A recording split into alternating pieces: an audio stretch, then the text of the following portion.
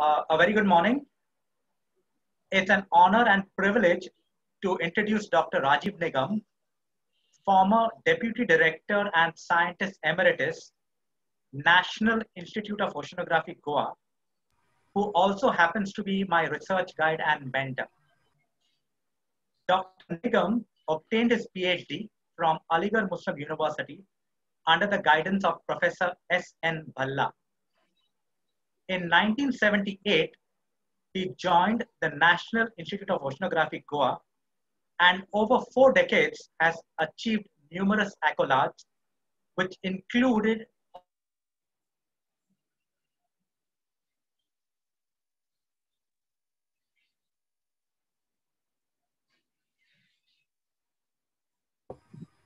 Okay, Praveen sir, you can stop your video. That will help us listen to you. You can stop your video. Okay. Sir. Yeah. Okay. Yeah. Over the years, he has received many awards, beginning with the CSR Young Scientist Award, National Mineral Award from the Ministry of Coal and Mines, Krishnan Medal from the Indian Geophysical Union, an award for his book on monsoon written in Hindi from the Ministry of Earth Sciences, H.N. Siddiqui Memorial Lecture and Gold Medal from the Indian Geophysical Union, and also the S.N. Bhalla Gold Medal awarded by the Paleontological Society of India for excellence in micropaleontology. He has to his credit over 100 publications in national and international journals and has guided 15 students for their doctoral degree. Besides being an able administrator, he also happens to be a voracious reader in subjects and topics other than his specialization.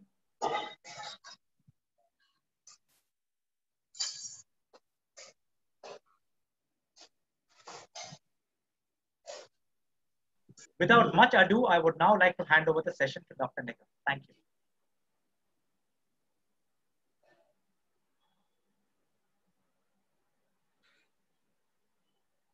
You can share your screen. Nigam sir, you can share your screen. Sir आप mute, अच्छा हाँ ठीक है हो गया sir.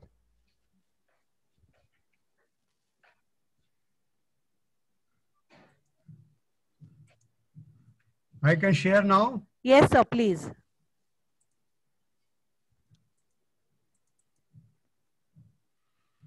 Can you see it, Rajni? Yes, I can, sir. Okay. Yes, we can see it.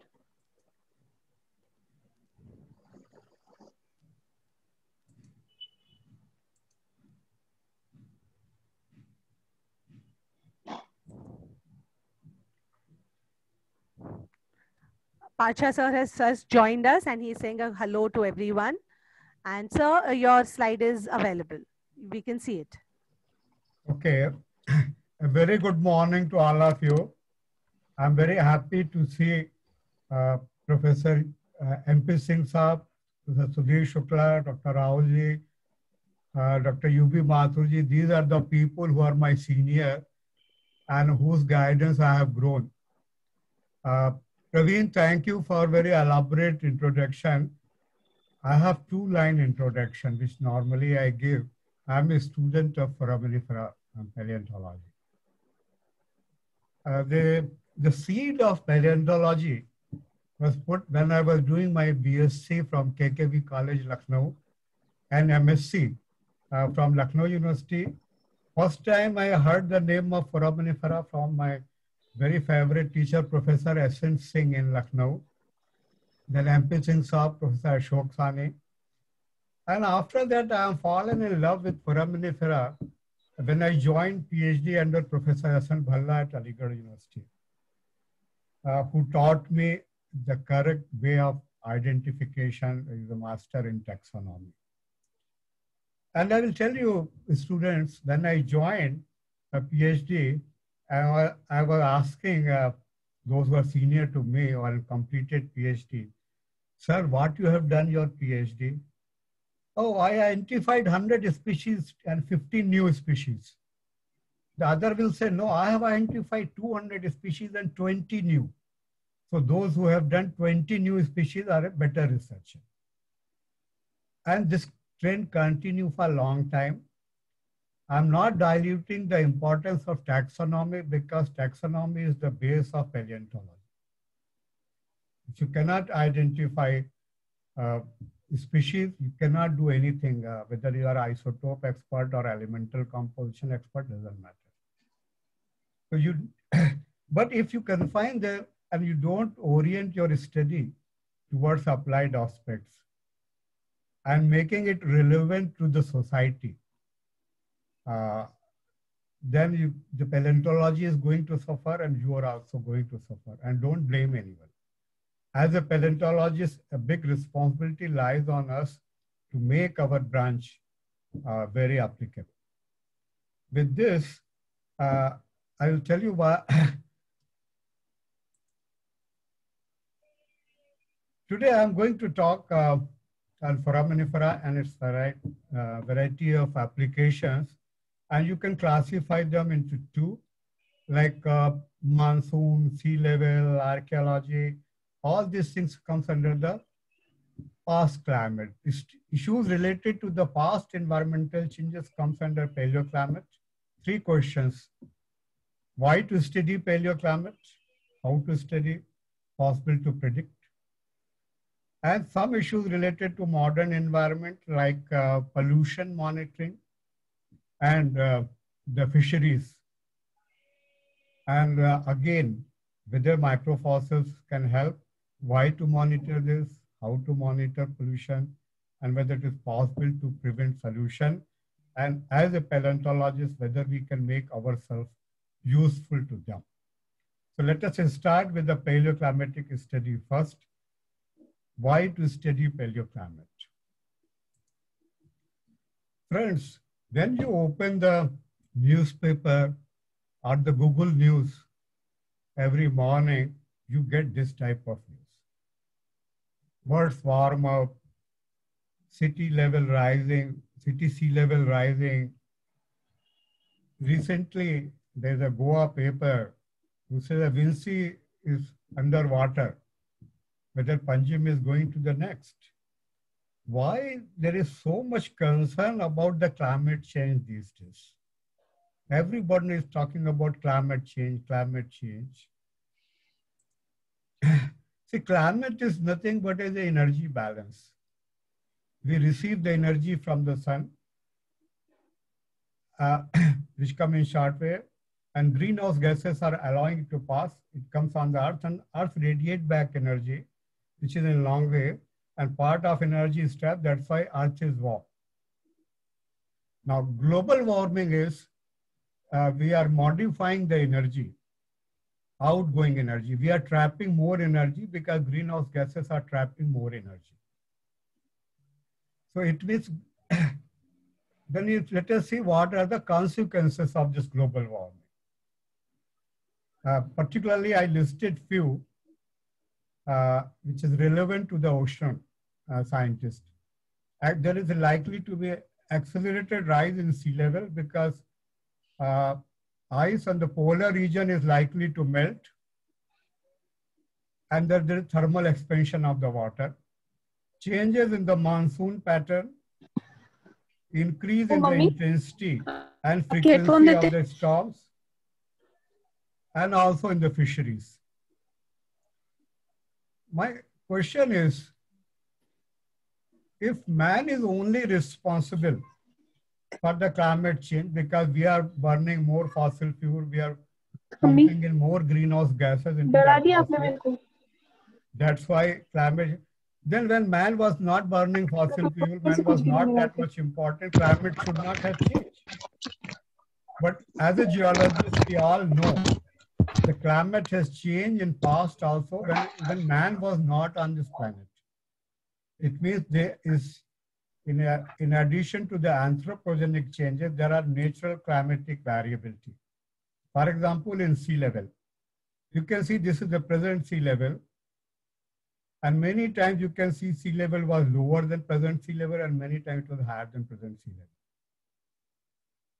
Okay, I will talk on sea level little later. That shows that there is a natural climatic variability. So therefore, there is a growing need to delineate the natural and human-induced changes. So efforts we are making at now to reconstruct the natural climatic variability over which man's influence can be more accurately evaluated. Then how to reconstruct the natural climatic variability? What could be the parameter? What could be the tool for that? So let us see.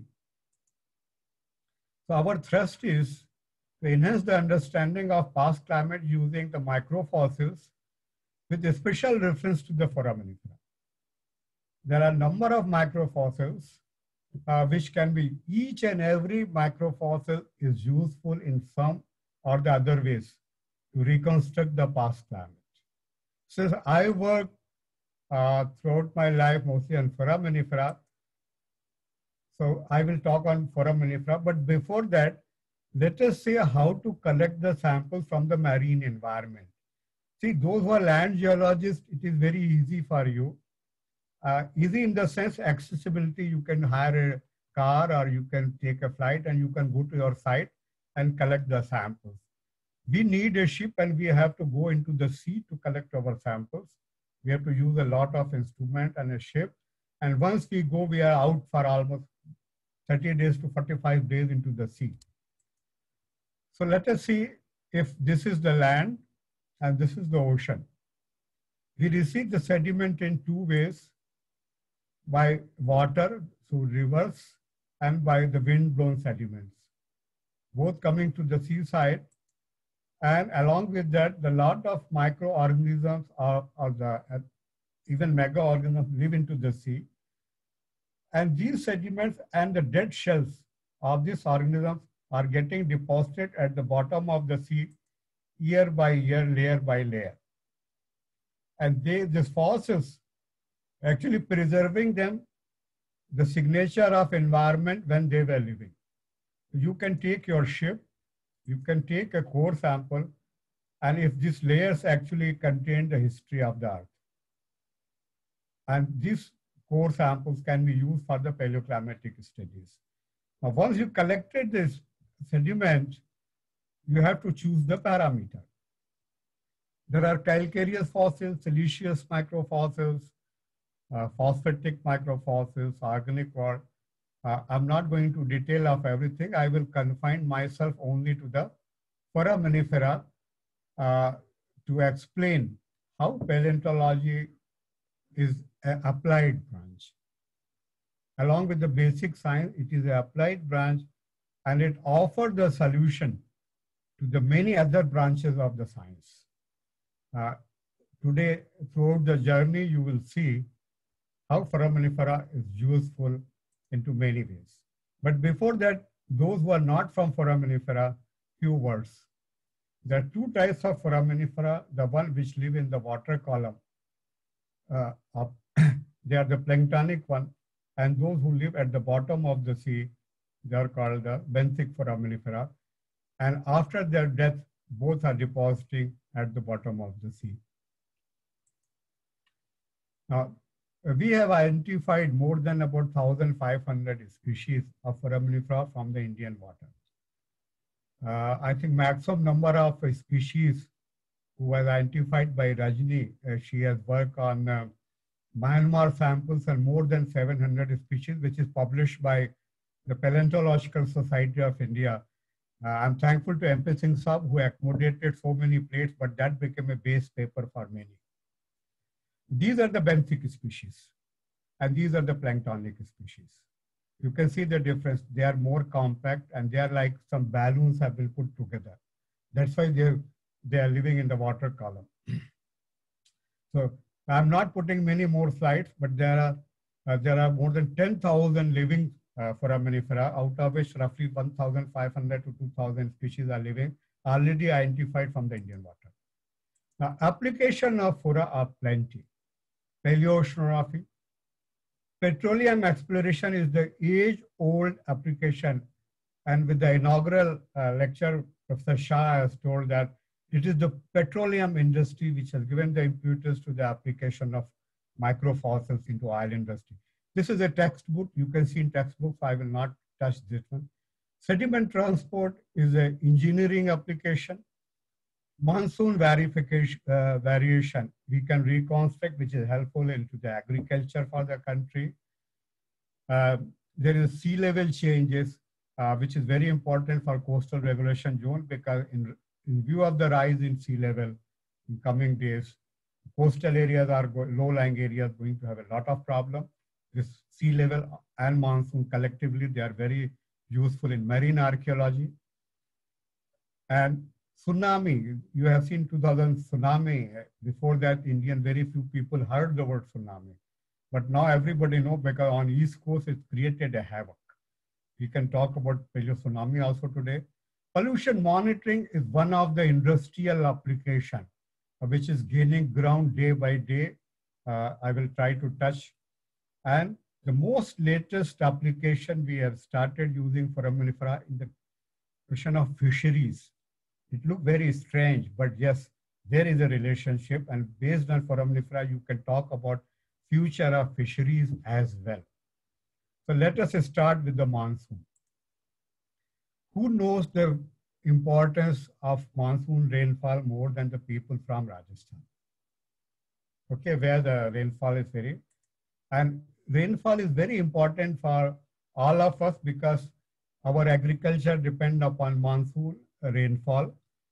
And there is always a persistent question by the planner of the country to get the idea about monsoon prediction.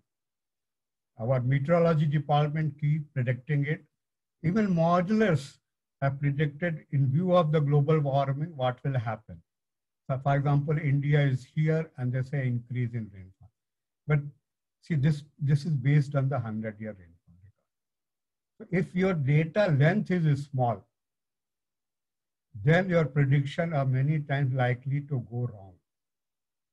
Therefore, there is a need to generate a high resolution record for last few thousand years to enhance our capability about predicting the climate. How to get a high resolution record? Many people work on foraminifera and monsoon. You might have heard many lectures, national as well as international, but 90% of them are working on planktonic foraminifera, which lives into the deep sea. And if you work on the deep sea, rate of sedimentation is low, so resolution is poor. And you can talk the monsoon, it was good or bad, and say 10,000 years back, 50,000 years back, for having a very limited applied aspect which is useful to the mankind. What we need is a decadal basis resolution. And this we can get it from the river mouth microenvironment.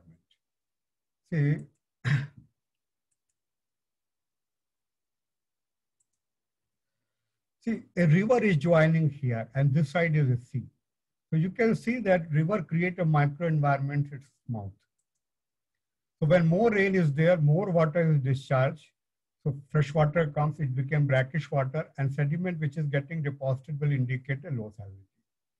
When there is a couple of years, there is no rainfall, very little fresh water, normal marine water take, and the second layer which is depositing is indicating a high salinity environment.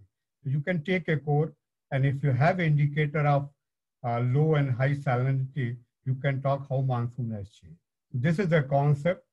This was the work for DST project, and in this is Dr. Khare's PhD thesis as well.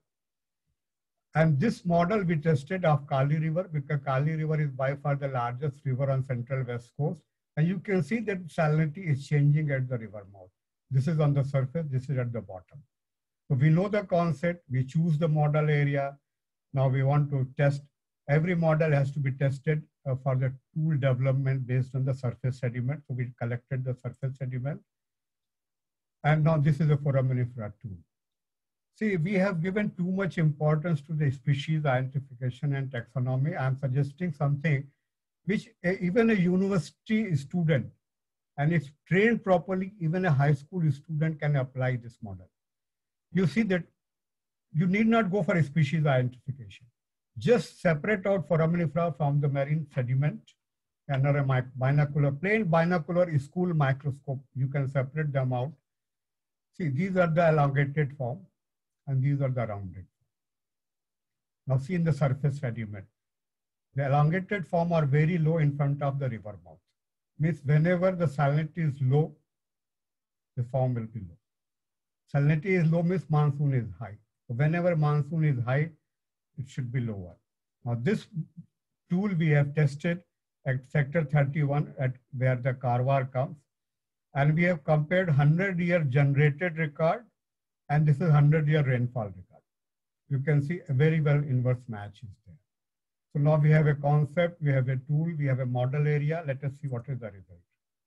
This is last 5,000 year monsoon record.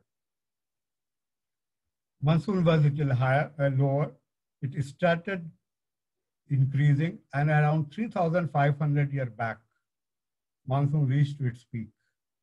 And after that, it started declining. As for 3,500 years is a very major boundary.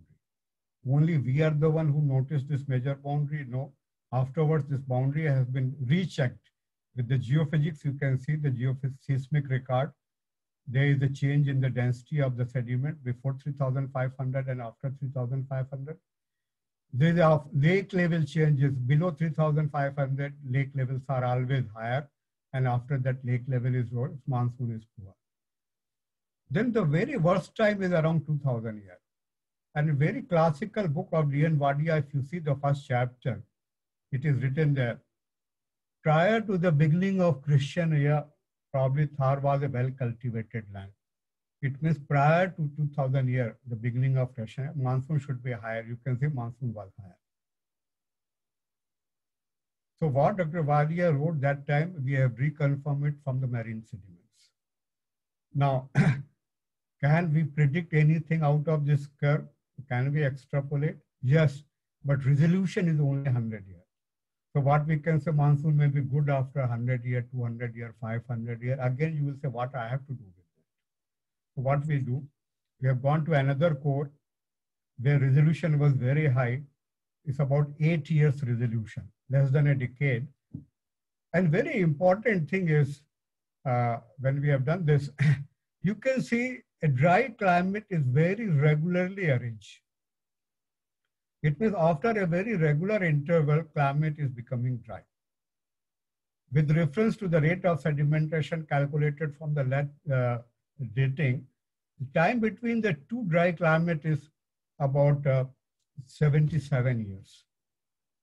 It means not only monsoon has changed in the past, and in last few thousand years, there is a cyclicity, and the cyclicity is 77 years.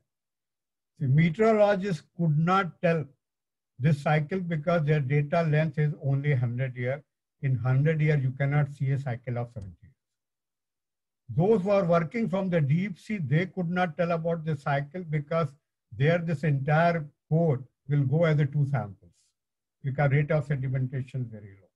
So we were the first one, and this only fetched me my first award from CSIR.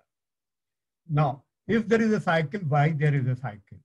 The answer lies in our ancient cultures. We all worship sun. It is the sun, as I told you in the beginning of the lecture, it is the sun which controls the climate. It is the solar radius. The cycle is called the Glasberg solar cycle. The radius of sun is changing in the 80 plus minus 10 year cycle. So the radius of sun emit more or less energy according the luminosity change, accordingly the temperature change. Temperature lead to the change in the monsoonal all India rainfall, and this is for 31 sector which we have taken as a model area. And always there is a lead and lag relationship which very carefully has to be studied. If you try to relate one as one, it is not possible. After knowing that there is a 77-year cycle, if you see this meteorology record of last 100 years, you can see a lot of drought years are concentrated here. A lot of drought years are concentrated here. This is around 1900 and this is around 1975.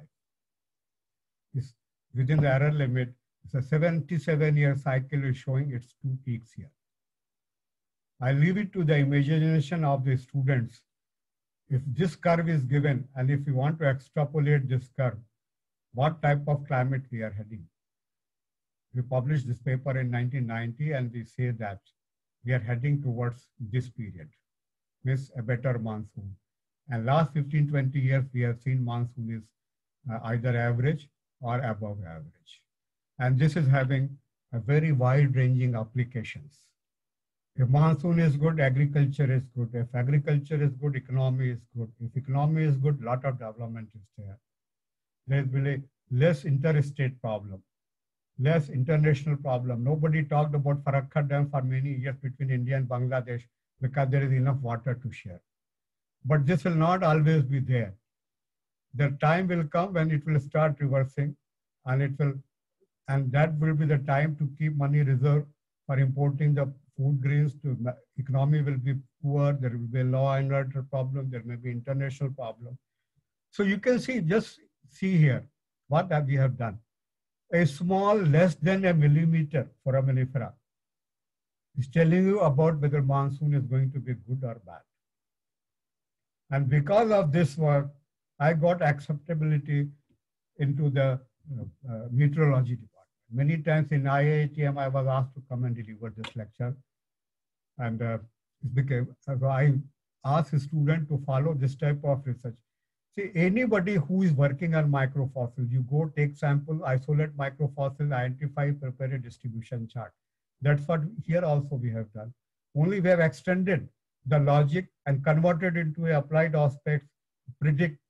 So as I asked you the question in the beginning, whether we can predict, yes, we have enhanced our understanding about prediction of climate. With this, I will shift to the next one about the tsunami. Now, tsunami is not a known phenomenon. And we have been told that tsunami cannot be predicted except a few hours in advance. The Ministry of Earth Science, Dr. Shailesh Naik, has already deployed the tsunami warning station instrument into the Bay of Bengal. But that is only few hours back you can give warning. I am talking about like monsoon, whether we can think about past tsunamis. People say no, because tsunami is related to earthquake, and since we cannot predict earthquake, we cannot predict tsunami. Let us see. When 2005 tsunami came, we invited, we Indians are very fond of and very appreciative of foreigners. So whenever we have foreigners, instead of asking our own expert, we ask foreigners to give their advice. So when Indian tsunami came, after that we invited from Indo-Canadian tsunami expert, Dr. Taj Murthy, who delivered lecture all over the country, including INSA. And what he predicted, sir, you see that the tsunami in the subcontinent follow a 60-year cycle during which the strain is built up in the earth crust. And a second tsunami could hit India in November this year in 2005. We are in 2020. 15 years have gone and this has not happened. You know why it happened? He talked about this, the second tsunami in November this year because his database is last 100 years. So like monsoon, many times it goes wrong when you based on 100-year record, here also. How to increase the length of tsunami records? This we tried to do from the Gujarat coast. Now, Gujarat, we were working for this Sanghi cement factory. We were developing a minor harbor for them in near Kharo Creek area. And we collected the 3 core samples, which is India-Pakistan border. And we choose this area because tsunami is mostly affecting the east coast or storms also, whereas only Makran coast is tsunami prone area. So we thought probably we'll get a signature here. And this is the work of my PhD student, Subodh Chaturvedi. Let us see these 3 cores. Now, normally, as I told you when I was talking about monsoon, the basic assumption in Australia is the sediment at the bottom is oldest, and well, as we go up, we'll get a younger sediment. Now, here in these 3 cores, you see this green color portion. It is thick if you see away from the coast and thinning towards the coast, and see the dates here. This is around 10,000 year, 11,500 year, 11,300 year, 11,500 year, and 12,000 years. This sequence is inserted between 8,000 years and 7,900 years. Means around 8,000 years, this sediment came into in between, and where we have an inverted sequence. Older at the top and younger at the bottom. Now this needs an explanation. What could be the possible explanation? We could, this paper we published in the Geomarine Letters. See here, there are three possibilities. Sediments are deposited on land, older sediment and younger sediment, and there is a erosion, and they are getting deposited into the sea. Now you can see older at the top and younger at the bottom. Is it possible? No, sir. Because these sediments are about 10,000 years old, and at 10,000 years old, there was no sea on the land. So when sea was not there, there was no deposit on the land. That's why this model is not applicable. The other model is sediment deposited already into the sea, older at the bottom, younger at the top, and they folded. Now older came at the top, younger at the bottom. Is it possible? No, it's not possible, because this is 30 centimeter thick sediment, loose sediment. You cannot fold and keep it there forever. Okay, unless it is naturally deposited. The third option is sea level was here before, then these are deposited. When sea level has gone up, now sea is somewhere here, and the normal sediment is depositing, in situ normal sediment. Then sediment is eroded. The older sediment started eroded here. So the younger one at the top here came now. So it's eroded one by one in between. And now you can see the older sediments is eroded in the last, so they are at the top. Now this model is very strange model, because what we are doing, we are transporting the sediment against gravity, which is not a natural normal phenomenon. Sediment can be, transporting the sediment against gravity need a lot of energy. That energy is possible under the storm and the tsunami.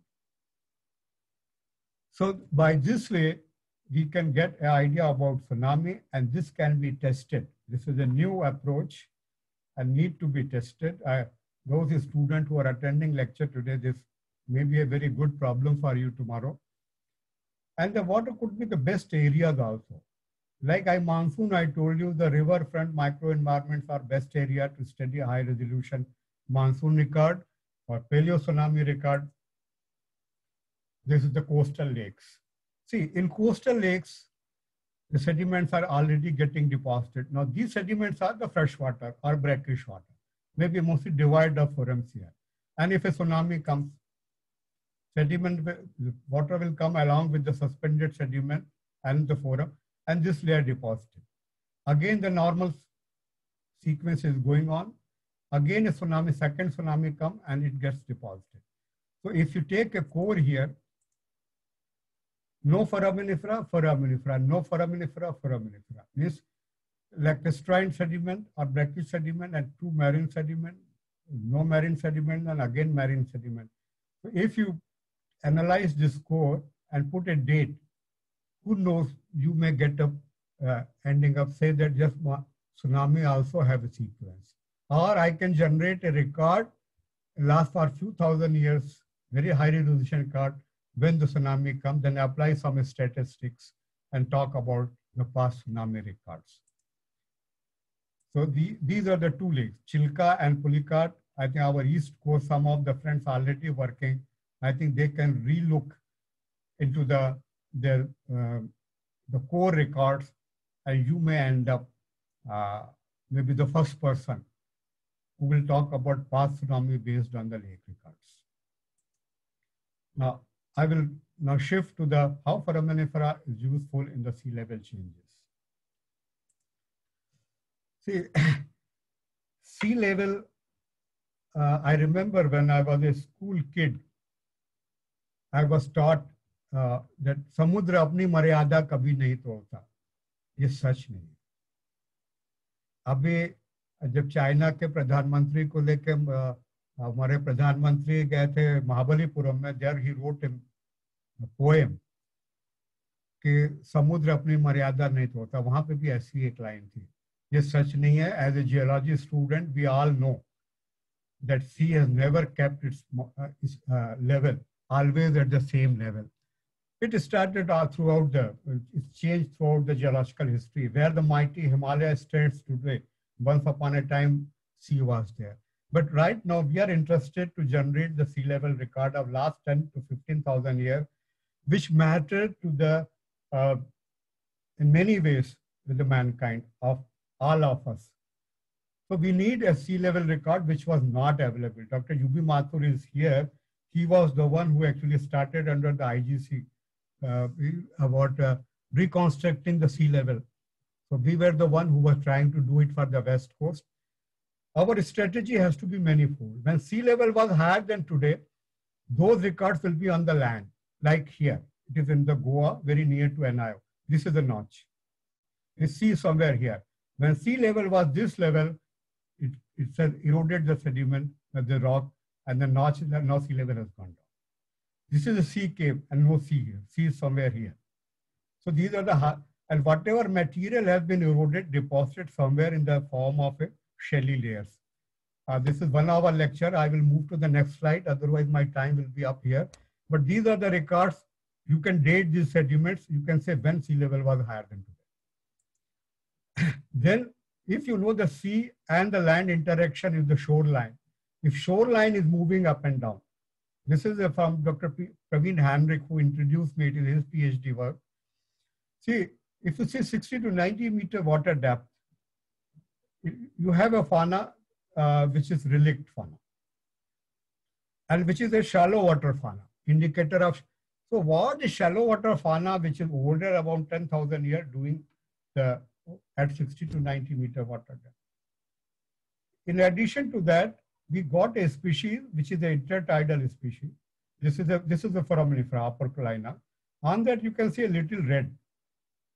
This is a barnacle. So barnacle foray on foraminifera, we have dated it is about 10,000 years back. You don't get this species along the Indian coast anymore. Presently, you get it into Persian Gulf and Red Sea. What it indicates? This species indicate intertidal environment with the high salinity. And when you are getting as a dead fauna 10,000 years back, it means sea level, this was the intertidal area. And lot of water was taken out of the sea, remnant water was more into the saline. That's why this species is used to live on Indian water. When sea level started going up, this has migrated and reached to the Persian Gulf and Red Sea. We have also generated a numerical model. This is published in Paleo 3. You take any core and calculate the percentage of planktonic foraminifera. It's a high school person's job. See, today all examples I have chosen, which is a very simple example on fossil day. Like monsoon, now everybody is using elemental composition, magnesium-calcium ratio. Everybody is using isotope ratios. I have not touched those, though we have worked on that, because I found whatever simply we could tell about from the census fauna of foraminifera, with the elemental composition, with the isotopic, we are confirming, reconfirming, and re-reconfirming. So here also, this is a model. Percentage of planktonic foraminifera you take into total fauna and put it here. And in this formula, you will get the depth. So depth versus time, if you plot, you will get a sea level curve. Now, another example of sea level changes is from the India. See, about 60 to 90 meter water, if you see, you get this type of species. Reefal indicator, you can see a reef indication in the EcoSounder record also, you can see. This is from India, and Rajni has worked on this Myanmar sample. She also got almost similar type of EcoSounder record and similar type of fauna. So with this, she developed a model. This is a diagram prepared by her. See, if sea level is here, and this is indicator species, as sea level is increasing, it is trying to migrate because coral reef indicator fauna try to maintain a depth.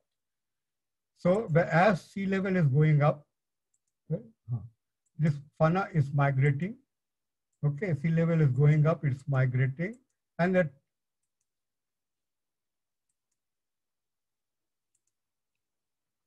Now, it's very simple. And the time has come when it could not keep the pace with the rising sea level and became an extinct fauna. So if you're collecting your samples from here to here, you can get this extinct fauna and you can date them because it's calcium carbonate. So you know the timing, you know the depth. If you plot it, you will get a sea level curve. Now we have summarized all these things and published a sea level record curve for West Coast of India. First time this was published into the Geological Society of India way back in 1995. Later we have slightly modified it in 2012, and now I think this curve again needs a further revision. Now, how this curve is very useful, let us see. This is first thing, it's very useful in the field of marine archaeology. In last few months, I delivered number of lectures at PSI also about application of foraminifera and marine archaeology. So let us start from here. The very first one, with the help of this sea level, where foraminifera contributed a lot to generate the sea level curve. In 2000, India Today brought out a special issue. You can see that world's oldest city found of Surat. And this city is found around 7,500 year BC. It's roughly 9.5 thousand years back. They thought that at the depth of 30 to 40 meter water depth, they found a signature of an ancient city. This became a very controversial problem because soon after that, Outlook Express brought out another issue. That it is all hoax. And this was unfortunately, that was addressed by Murli Manohar Joshi, then minister, and the secretary DOD. They had a tough time explaining because they were trying to explain it with reference to the earthquake, which people are not buying. Here you see that on this sea level curve, where was the sea level? 9.5 thousand years back? Here. Means land was here. The land is today here. 9.5 thousand years back, land was here. All river must be joining here. And this is between 30 to 40 meter water. No one can be surprised to have an ancient Indal old town here at this depth.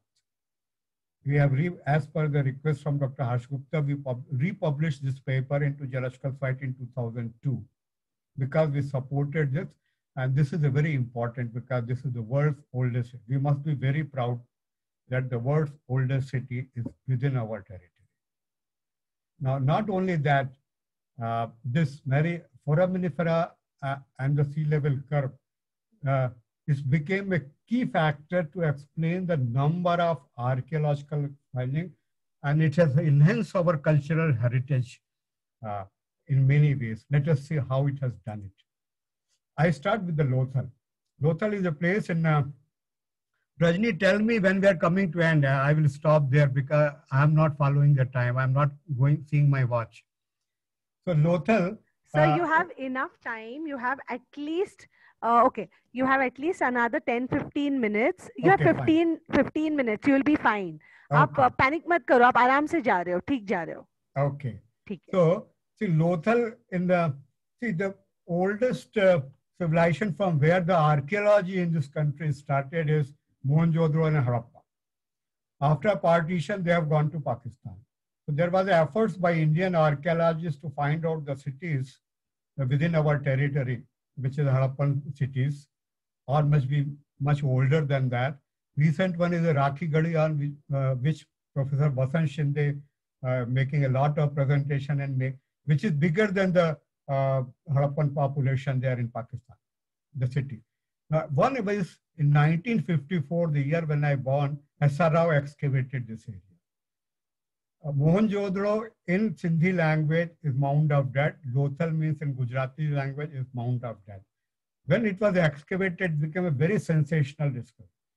It has a full city was discovered, houses were there, roads were there, drainage system was there, Acropolis was there. But the object for which it became very popular was at this tank-like bog. It was excavated. And then after that, S.R. Rao says that it was a dockyard. Like you can see a picture diagram, artistic view of this dockyard. So the purpose of dockyard, according to Dr. S.R. Rao, was a dockyard supported by Kabuleshnik, Fair Service, Martin Wheeler, that it was a dockyard. It was a dockyard. But Professor Sankalia, supported by Martin Wheeler and others, many British archaeologists, they say, no, it was a irrigation tank. Nothing to do with the dockyard. And friends, can you believe that from 1954 to 1988, roughly about how many? 30, 40 years, this discovery remained controversial. There are conferences after conferences, book after books, monograph after monograph. It was one of the very lively controversy of marine archaeology. When I visited this site, I was surprised why this controversy is so on. And how they were arguing it, very interesting. They discovered some stones like this with a hole.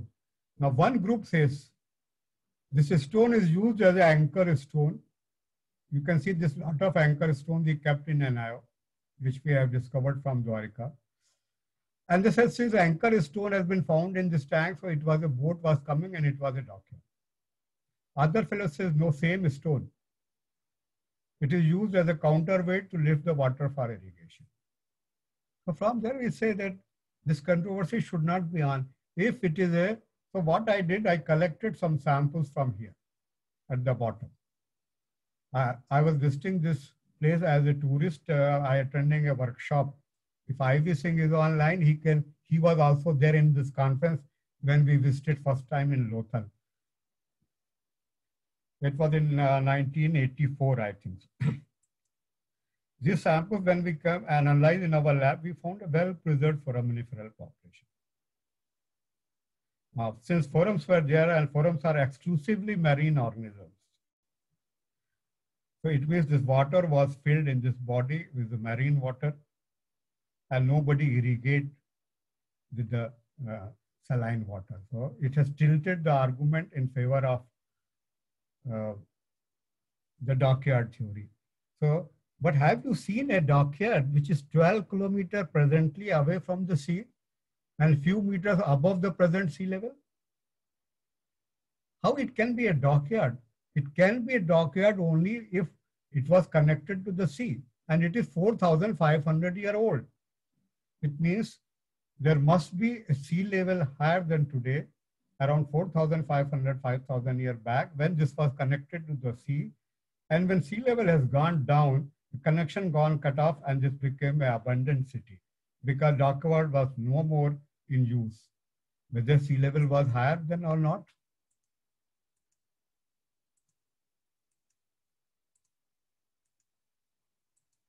See, 4,500 years, sea level was here, higher than today.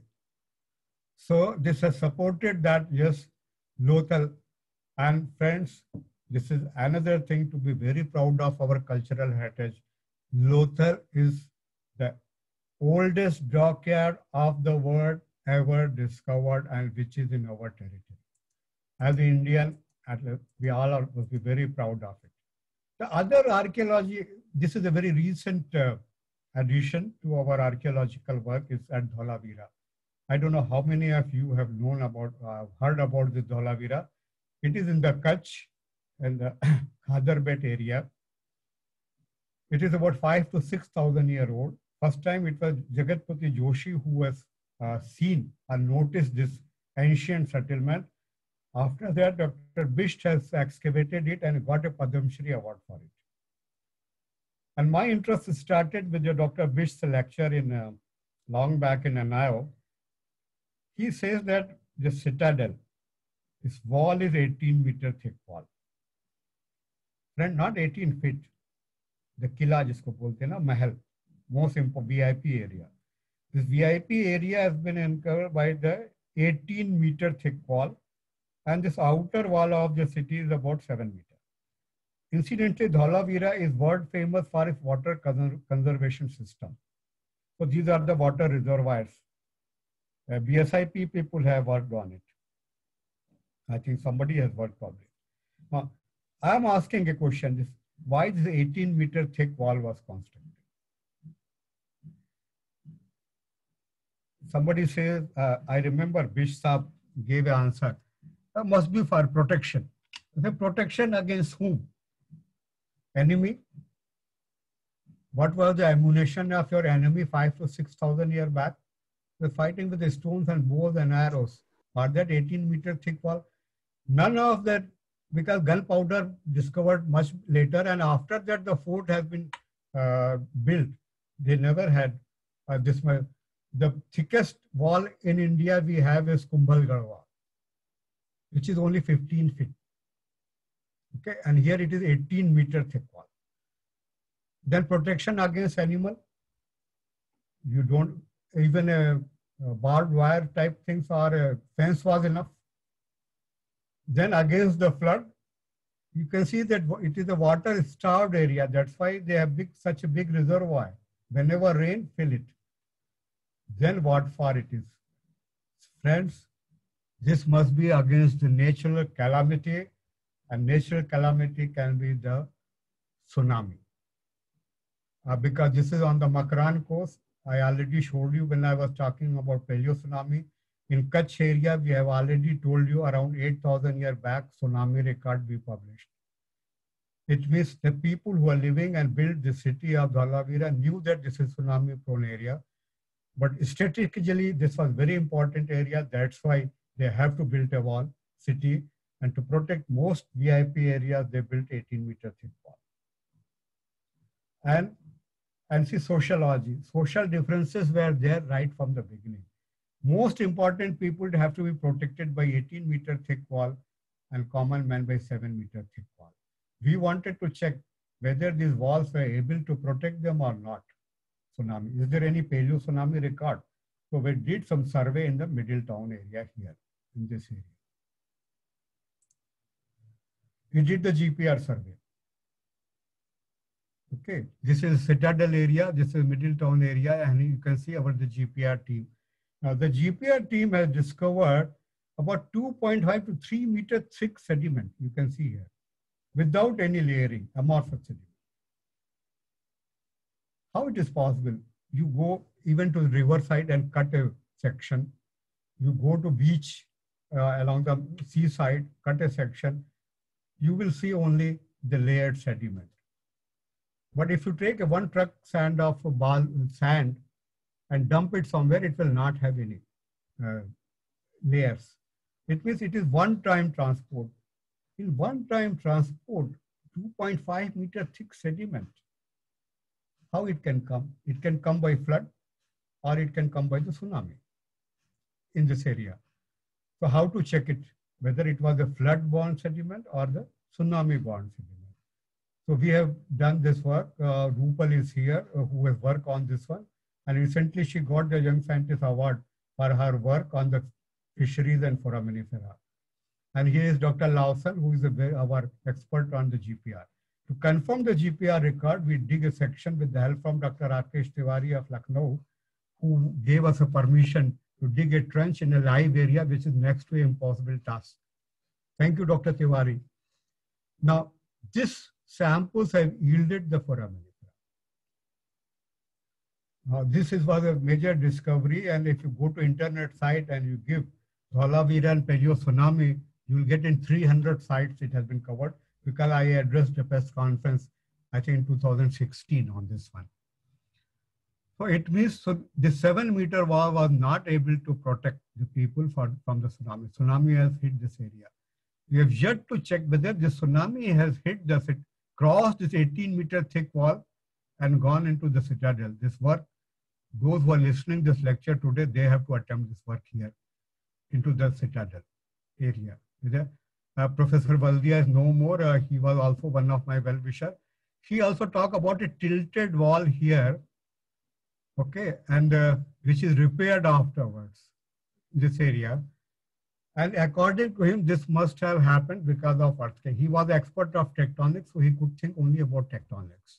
I will tell you, if this is your wall, and if earthquake is hitting from the bottom, so it can destroy you.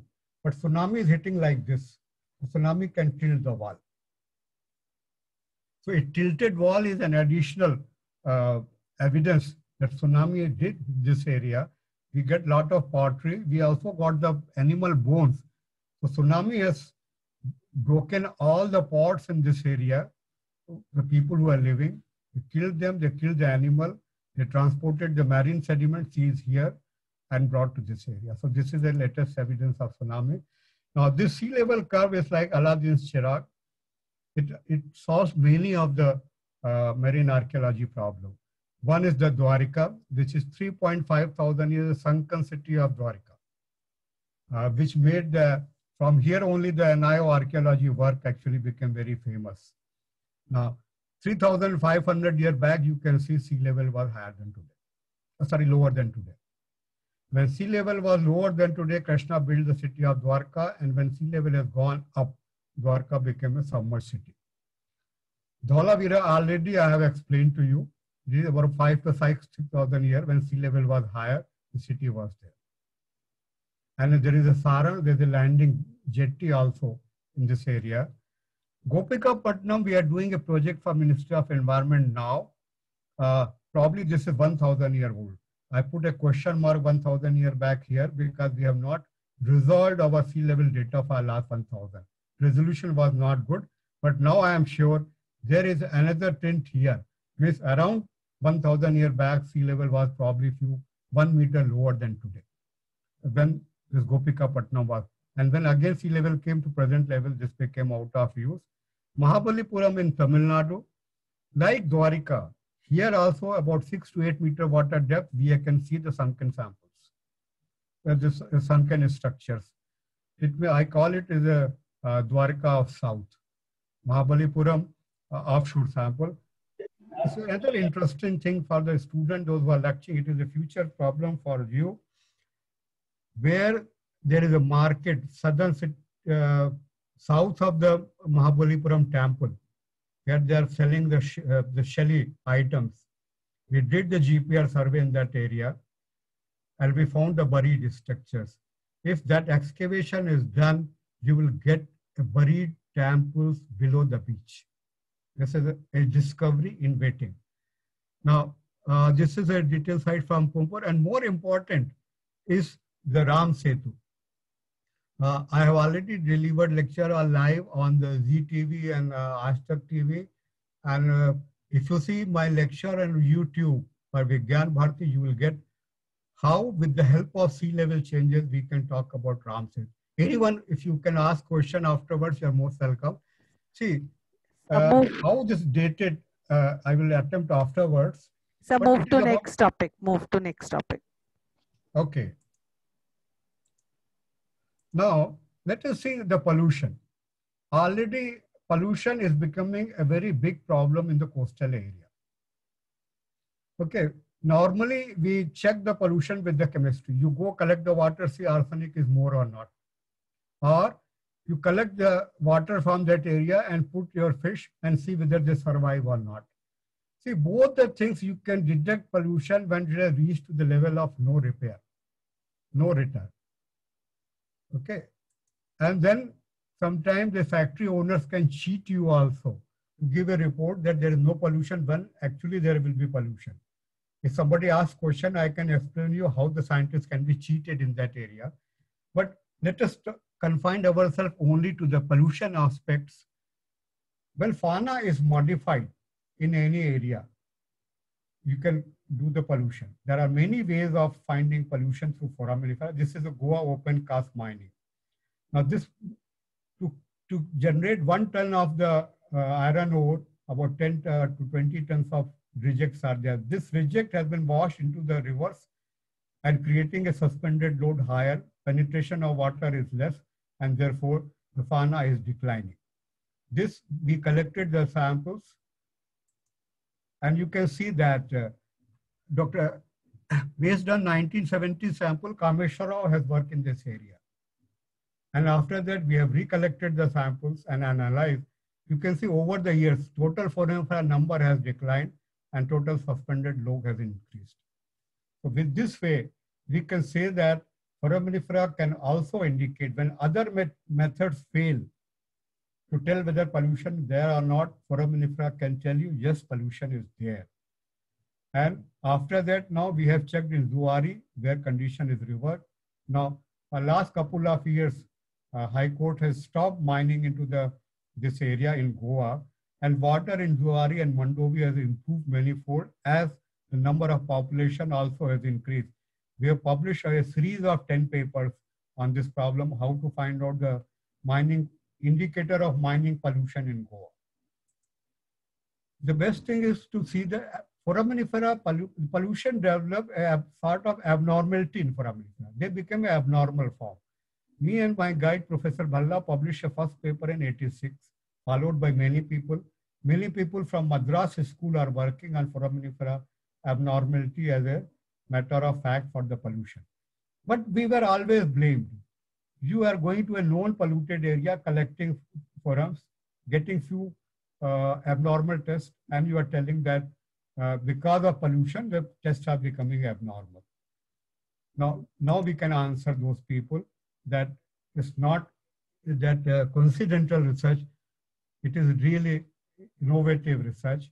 What we started culturing in our area, you can see this is a parent and this is the foraminifera babies are reproduced. ANNA is having the only culture lab in Southwest Asia who's culturing foraminifera. So what we have done, we have taken these small babies, okay, and put it into a different temperature and salinity conditions. We have maintained all other parameters and we have changed only one parameter, that we added mercury into the solution. So that is Sujata's work. Then she got young scientists afterwards on this. You can see without mercury, you can get a normal shell here. And this is when the mercury was added. This is the abnormality developed. As well as the growth also is retarded. So this is the way foraminifera adversely incorporate the test. Once you know some area is already polluted, so factory is polluted, normally they were throwing their waste here. Now we suggested that you do it and take it with the help of diffuser in a deeper area where the currents and waves take it away into the deep sea and get diluted. Now how to select this route for pipeline? There also foraminifera can help because sediment transport history to be generated, but that lecture I will take some other day. Now I will talk just in few seconds and finish the lecture about the paleo fisheries. This is nothing to do with forum's work. I have not included today about fisheries. I'll tell you the otoliths. See, if you dissect a fish, you will get ear bones. These ear bones are called the otoliths. I think Hukum Singh in BSIP, Dr. Rana, a couple of people have worked on fossil otoliths. Now, these otoliths are fish specific. Same fish will have not, different fish will not have same otoliths.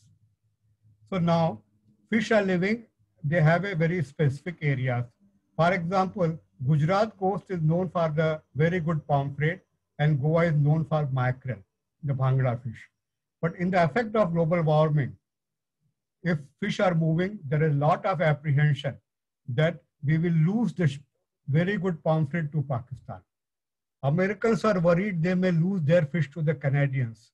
Is it possible, whether it happened in the past? Say, if one fish is living here and other fish here, it is leaving its otolith here, it is leaving its otolith here. And if fish is moving, now next otolith, next layer of sediment, here we'll have an otolith but no fish of the same fish of this here. Here, bottom, the one fish is here, but if you see here, a different fish whose otolith here.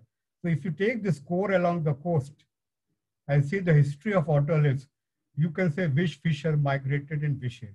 This is having a very good economic aspects, like Goa.